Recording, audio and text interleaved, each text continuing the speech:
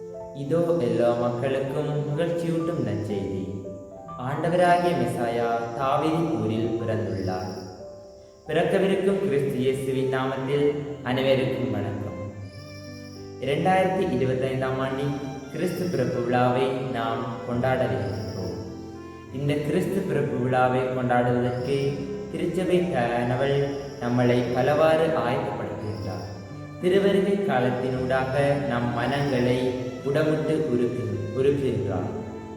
நம் உள்ளங்களில் எழவேண்டிய ஒரு கேள்வி: போன வருடம் நான் கிறிஸ்து பிறப்பு விழாவை எவ்வாறு கொண்டாடினேன்?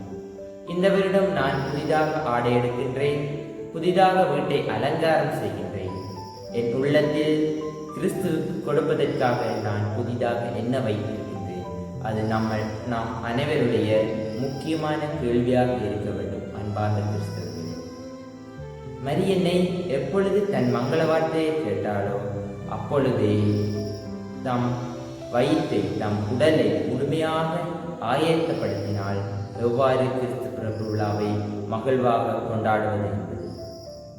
கிறிஸ்து பிறப்பு விழா எல்லா கிறிஸ்தவர்களுக்கும் மகிழ்ச்சியூட்டும் ஒரு பெருவிழா.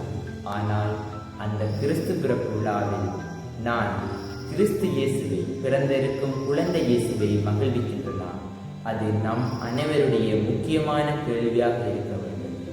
நம்முள் உள்ள மகிழ்ச்சியை மனமாற்றத்தினூடாக நம் பிறந்திருக்கும் குழந்தை இயேசுவிற்கு கொடுக்கலாம். நம் மனமாற்றத்தினூடாக பிறந்திருக்கும் கிறிஸ்து இயேசு மகிழ்கின்றார் இந்த தீவன கருதி.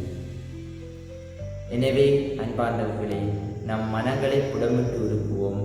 சந்தோஷமான ஒரு கிறிஸ்து பிறப்பு விழாவை கொண்டாடுவதற்கு வானில் ஒரு வால்வெள்ளி அவர்தான் நமக்கு